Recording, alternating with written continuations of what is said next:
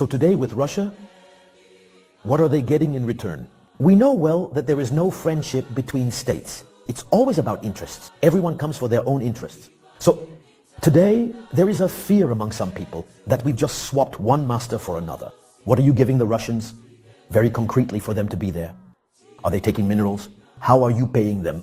Are you selling a portion of the territory? What's the deal? We would rather die. Because when we say the homeland or death, it has its full meaning. Who is sponsoring Ibrahim Traore and the coup leaders in West Africa?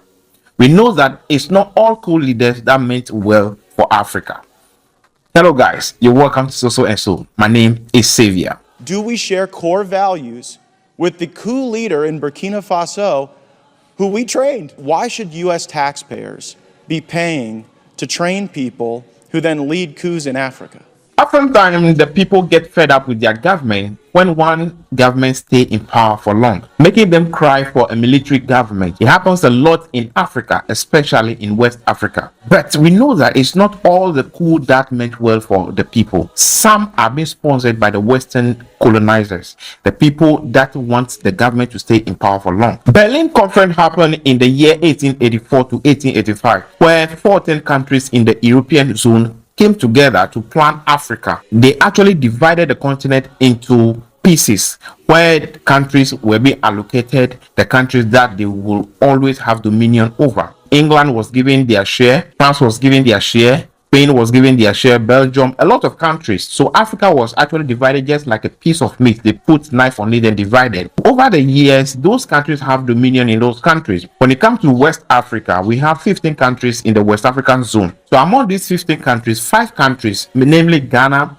Nigeria, Sierra Leone, Liberia, and then the Gambia. Those countries are being controlled by England. They were colonized by England, so they speak English. 8 of those countries are also French-speaking countries: Benin, Cote d'Ivoire, Senegal, Guinea, Togo, Niger, Burkina Faso, and then Mali. 2 of the countries in West Africa, that's Guinea-Bissau and then Cape Verde, they speak Portuguese. So that is how European countries distributed Africa to themselves. Now, when it comes to Africa, currently we have 4 countries within the West Africa zone that are being led by coup leaders. Coup d'etat happened in those countries within the past 4 years. Countries like Burkina Faso, Mali, Niger, and then Guinea. Now, who are the people sponsoring those coup d'etats? Because not all coup leaders meant well for Africa. The first coup d'etat happened in Mali actually. The then president of Mali was President Ibrahim Keita. He ruled from the year 2013 to 2020, 7 years in leadership. And there was a coup d'etat that happened on the 18th of August 2020. The coup was led by General Assimi Goïta. He had a military training in Mali, France, and then USA. So the US trained him, France also trained him, and then he was also trained locally in Mali.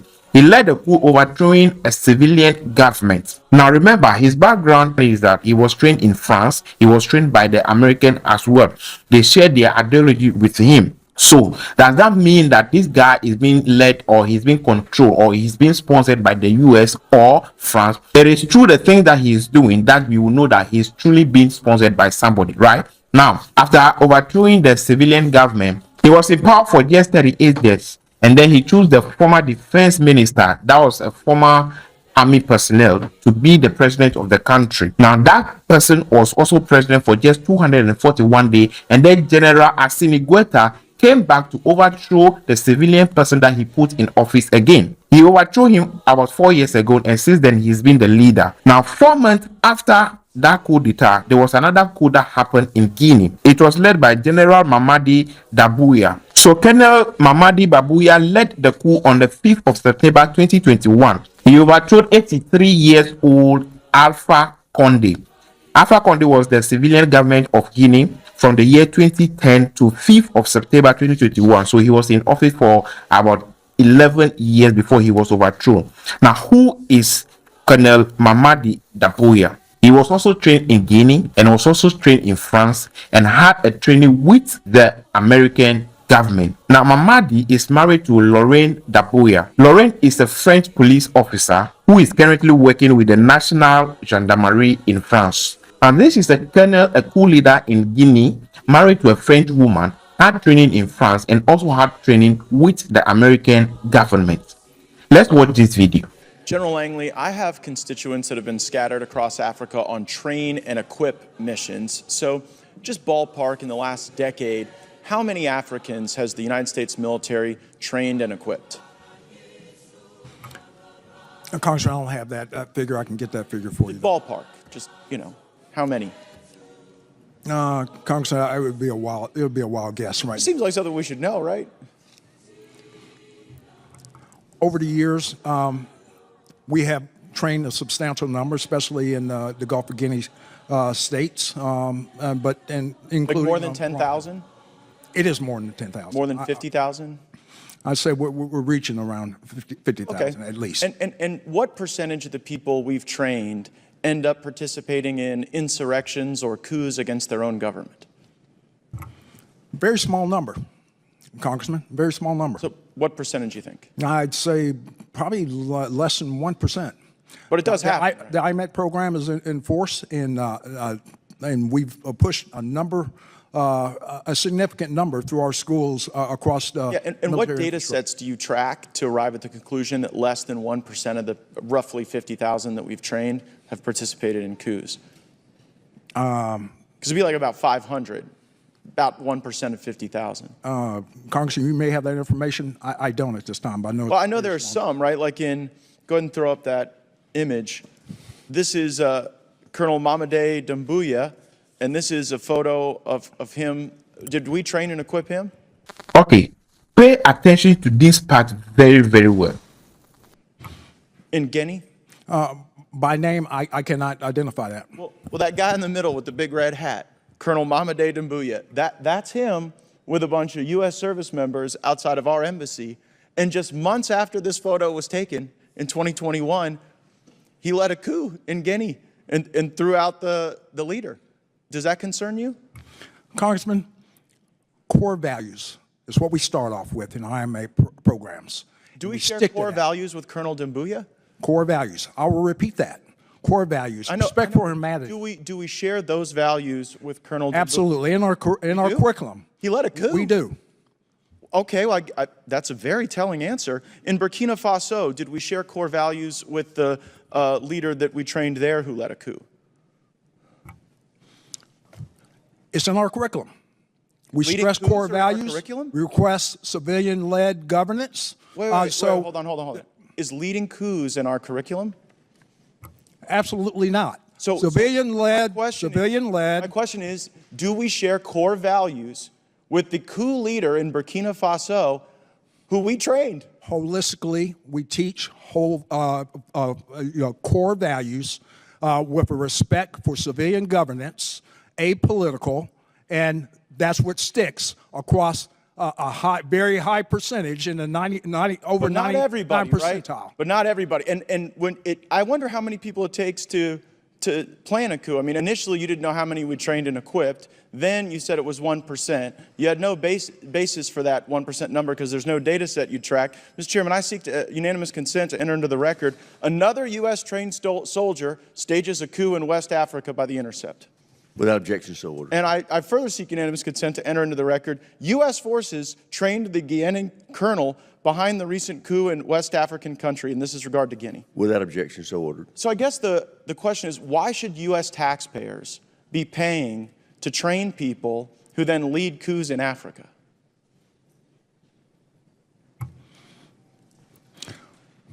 Congressman, our curriculum harvests core values and also to be able to embolden these countries for a representative democracy. But General, that democracy isn't what emerges. The problem is, I know you may have great confidence in what you're teaching, but when two governments have been overthrown, I guess how many governments have to be overthrown by people we train before you sort of get the message that our core values might not be sticking with everyone? Is it 5 countries? 10? Okay, so that was an interrogation in the U.S. Senate. That was a senator interrogating General Michael Langley. He is the general in AFRICOM, a U.S. military body in Africa, training soldiers within the African sub-region, right? So they will go to a country, and then a section of the military or the armed forces in that country will be trained with the American ideology. But out of those things, a lot of the people that are being trained within the African region end up overthrowing civilian government. So the senator wants to know if American taxpayers are actually paying their military in Africa to train soldiers to overthrow a civilian government in Africa. That is the senator's point of view. But from our point of view, we feel that those people are just training soldiers within the African region to overthrow civilian government, and people will think that, okay, now we are having a military leader in office, things are going to get better, not knowing these military leaders are also being sponsored by America or by France. It happened in Ghana. The first president of Ghana, Osajifo Dr. Kwame Nkrumah, he was overthrown in a coup d'etat. But the coup leaders were also actually being sponsored by the CIA. Watch this video by President John Dramani Mahama. Celebrated Independence Day on Thursday. The country's president accused the CIA of toppling his government's founder. The verdict of history is now loud and clear. Declassified documents from the United States archives reveal that this was a coup inspired and engineered by the CIA. This remains the most regrettable and darkest moment in our nation's history. Okay, so that's President Mohammed's speech where he said that the coup d'etat that led to the overthrow of Dr. Kwame Nkrumah was actually sponsored by the CIA of America. So you know that it's not all coup leaders that meant well for their people, right? Now, after the coup d'etat in Guinea, 4 months later, there was another coup in Burkina Faso. Burkina Faso, then president was Christian Kapari. He ruled from the year 2015. He was in power for just 7 years. And after that, there was a coup d'etat that happened on January 24, 2022. That coup was led by Paul Henry Santiago. Paul Henry Santiago also had the Burkina Faso military training, had a training in France, and had a training in AFRICOM. The US trained him as well. He was in power for just 249 days, and he was overthrown by another coup d'etat again. So Paul overthrew a civilian government, was in power, but the people felt that we thought this is a coup d'etat. You will actually sack the imperialists, the people that are oppressing us. You will sack them. You bring a reform to the system. But he's just going in the way that the civilian government that the people were tired of again. So there was another coup again by the armed forces against their own. And this coup brought in Ibrahim Traore. That coup happened on the 30th of September 2022. And Ibrahim Traore came into power. Their group was called Patriotic Movement for Safeguard Restoration. Now, what are the major steps that Ibrahim Traore and his group took when they came to power? In February 2023, they sacked the French forces in their country. He was formally inaugurated into office on the 6th of October 2022. Ibrahim Traore is the star now in Africa. He's the one being hailed by everybody. 10 months after Ibrahim Traore coup d'etat, the last coup happened in Niger. The president of Niger first was Mahamadou Issoufou. He ruled for 10 years. And after his leadership came Mohamed Bazoum. He was in power for just 2 years, and then he was overthrown by Abdurrahmane Chiani on the 28th of July 2023. He's been in power for about 2 years now. So we have 4 military leaders now in Africa: Niger, Mali, Burkina Faso, and Guinea. But it's only 3 that form an alliance called the Alliance of the Sahel State, AES. Why is it that Guinea is not part of that alliance? And why is it that Burkina Faso overthrew another military coup? Who is sponsoring who? Who is the brain behind the military governments? Watch this video by Ibrahim Traore. So today with Russia, what are they getting in return? We know well that there is no friendship between states. It's always about interests. Everyone comes for their own interests. So today, there is a fear among some people that we've just swapped one master for another. However, I know you a little bit to know that you are not about replacing one master with another. What are you giving the Russians very concretely for them to be there? Are they taking minerals? How are you paying them? Are you selling a portion of the territory? What's the deal? If the deal was really to leave one master for another, we would rather die. Because when we say the homeland or death, it has its full meaning. No, it's just media. Mr. President, when we see all this, with all the logistics you mentioned, with the Russians being brought in to inform, as you said, your troops, it costs a lot of money. Can the Burkinabe economy sustain this for long? Very good question. It costs a lot of money. That's why I say our countries are not poor. There has been mismanagement. There is theft. The plundering of our resources. That's it. That's what it's about. I'll give an example. Today there is the Patriotic Support Fund. The population contributes and we mainly support. The volunteers for the defense of the homeland with it. But what about the rest of the army that we are equipping? All these resources we are acquiring, it's there. It's governance, finances. There are resources, we have potential. But if it's mismanaged, we are a book. For you, do the countries have enough to sustain themselves by producing and just practicing good governance? How do we manage to get material? It's not for our pretty eyes, as you say, that we're given things. We pay. But it's about management. There are situations we manage because in all departments, all ministerial sectors, everyone does their best to rationalize. And when we say rational, what does that mean? You know, there is this habit of corruption at a high level, of overbilling, because when someone runs for elections, especially here in Africa, it's like a business. They will finance it. That's the habit here. They distribute money so that people will vote for them. It's an investment. And as soon as they get in, they have to pay back to reimburse. We don't have that with us. We don't have accounts abroad. We have nothing. We don't want any. Everything is directed towards the war.